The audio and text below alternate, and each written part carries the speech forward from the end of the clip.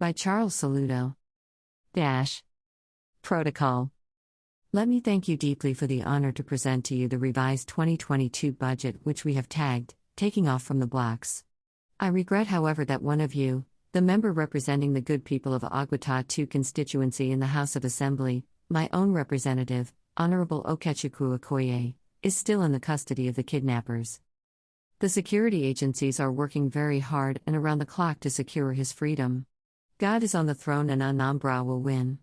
Let me leave it at that. This is my second meeting with the entire House since my swearing-in 2 months ago, in addition to a series of meetings with the leadership of the House, and let me use this opportunity to once again commend the cordial relationship and partnership that exists between the three arms of government. Let me particularly thank the House for its patriotic sense of duty in expeditiously screening and approving the list of commissioners. The executive branch will never take your partnership for granted. We are also confident that your love and passion for our state, as well as your patriotic zeal for a transformed and developed Anambra, will continue to propel your cooperation and partnership with the executive branch. Irrespective of political party affiliations or other differences, we all have only one agenda in government, namely, the development of Anambra State, and together, we shall get it done for our people and for posterity. Let me also use this opportunity to thank, for the umpteenth time, my predecessor Chief Willie Obiano, all the former governors of Anambra State, as well as the present and former members of the State House of Assembly for their contributions. We pledge to consolidate your achievements, and to work hard every day to stand upon your shoulders to take Anambra State to a much higher pedestal. As promised, we hit the ground running from day one, putting in 8 hours and 45 minutes in office on the first day, reflecting the humongous challenges facing the state as well as our full consciousness that ours is an agenda with a deadline. Our vision is to transform Anambra into a livable and prosperous smart megacity, to become the preferred destination to live, learn, invest, work, relax/enjoy.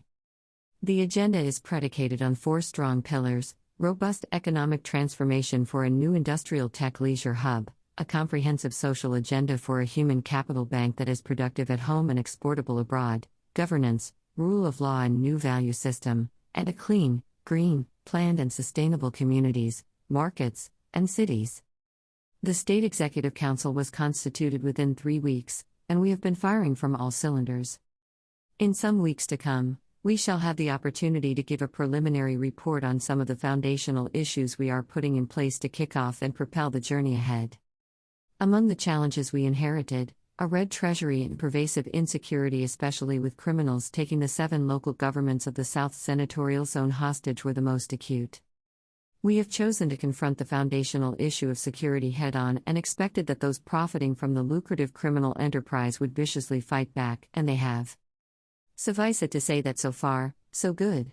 They are testing our will and resolve. Let me assure you this: Anambra will win. Mr. Speaker, honorable members, the purpose of the 2022 revised budget is to reflect current realities, challenges, and priorities of the new administration in the Anambra. We are undaunted by the state of the Treasury. We have seriously started reforming our system of tax administration to significantly ramp up our internally generated revenue over the coming years. In the meantime, the dire needs of the Anambra and our transformation agenda cannot wait. We are working on a mixture of financing options, including debt that is ring-fenced to fund bankable projects and/or infrastructure with impacts on the economy, to guarantee efficient and effective service delivery to our people while ensuring fiscal sustainability over the medium to longer terms. The details of these will be laid out in our 2023 budget. The revised budget size is about 170 billion naira versus the existing appropriation of 142 billion naira, with the capital expenditure accounting for 64% compared to 57% previously. Capital expenditure increased by 33% from 81 billion naira to 108 billion naira, while recurrent expenditure increased marginally by 0.79% from 60 billion naira. We left the budget on security unchanged while we count on off-budget resources from donations to augment. As a reflection of our agenda, about 60% of the capital expenditure is targeted at delivering infrastructure that the average citizen can feel, see, use or touch, and which have the highest developmental impact within the shortest possible time. For example, We have declared a state of emergency on rebuilding our road infrastructure and traffic management. About 52 billion naira, or about 31% of the total budget, is for the Ministry of Works and Infrastructure, and we intend to simultaneously invest in roads in most of the local governments, paying special attention to our urban regeneration agenda. We have requested the federal government to kindly intervene on emergency basis on a number of federal roads in the state that have become nightmarish death traps. We confidently expect their urgent responsive action. But in the event that the expected response does not come soon, we may have to implement urgent palliatives in some places, especially at Amanzi, Equilobia, Igbuku Nobi Road, Agiti, etc., where the roads are literally cutting off. We plan to recruit qualified medical doctors and nurses for our general hospitals and upscale the infrastructure in selected ones. We have already received over 26,000 applications in response to our advertisement to recruit and train teachers for our primary and secondary schools. Visitation panels will review the operations of the State University, Polytechnic and College of Education to provide basis for our reforms to ensure that they are fit for purpose. As a precursor to our planned entertainment and leisure city, envisaged to be largest in Africa, we have budgeted in the interim to construct an expansive entertainment and leisure park around the Agulu Lake. Yes, our administration is continuing with the Community Choose Your Project initiative of my predecessor, and have raised the value of the community projects to 25 million naira per community. Furthermore, to drive our everything technology, and technology everywhere strategy, the budget provides for a modern centralized ICT data center to consolidate the state's data and ensure business continuity in any and all circumstances. We are commencing the digitization of our land registry.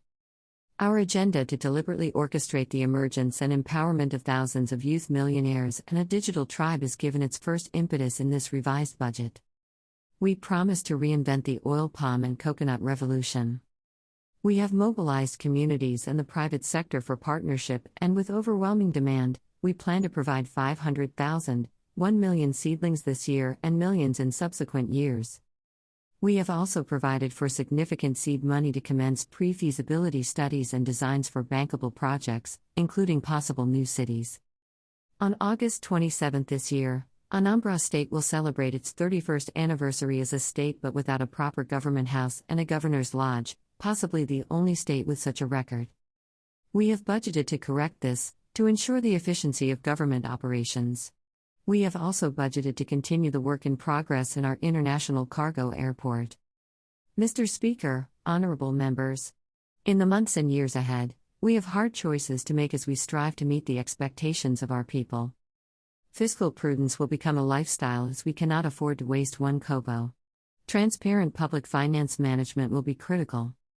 That is why we have also budgeted for the full computerization of the Ministry of Finance and the Office of the Accountant General. Managing our over 120 billion naira debt, especially the contractor debt and pension liabilities in the context of the paltry Federation account receipts and burgeoning needs of our people will task our dexterity and demand hard choices and sacrifice. We just received the preliminary report of the external consultant's review of our local government finances, which confirms that the combined state and local government gratuity liabilities to pensioners over 20 billion naira. We are determined to clean the books over time and align Anambra's pension administration with the Pension Act and let our pensioners smile.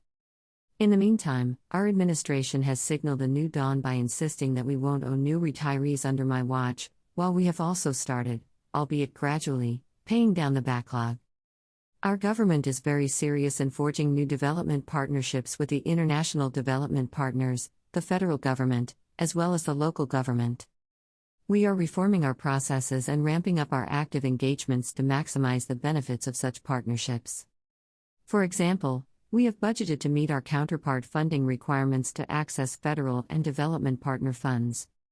We are also working hard to restructure and reform our local government administration in conformity with the relevant laws.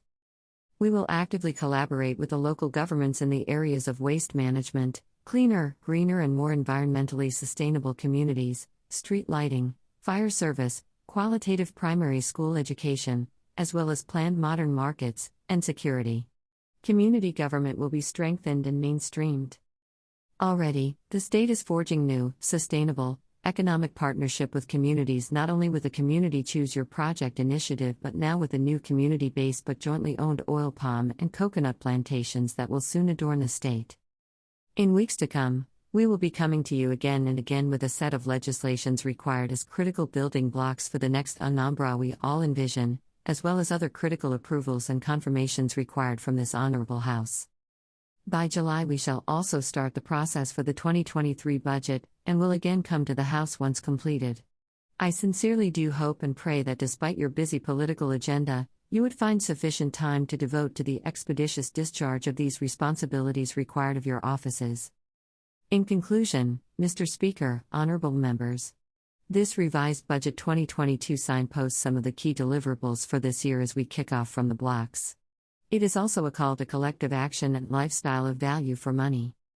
The foundation of Anambra as a smart megacity will be tasking all of us to the limit. But we are the Anambra. The irrepressible Anambra spirit and the collective action of a people that loves their homeland dearly are what we will continue to call and draw upon to move ahead. This Anambra spirit and collective action came alive during my visits to Lagos and Abuja last week to meet with our people. The enthusiasm and generous pledges of our people towards our homeland security demonstrated once again that Anambra can be anything we desire and work that it should be. I am emboldened by the massive support and solidarity of the people as we face the threat of common but organized criminals who want to run our people out of town and take our wealth and land by force. But we are the Anambra, and together, we shall overcome. Give us the budget urgently, and by the time our people come home for Christmas, we will all be proud that we are serving the people well. God bless Anambra State. At Views Exclusive Rights, Charles Chukwuma Soludo, Governor, Anambra State, May 19, 2022.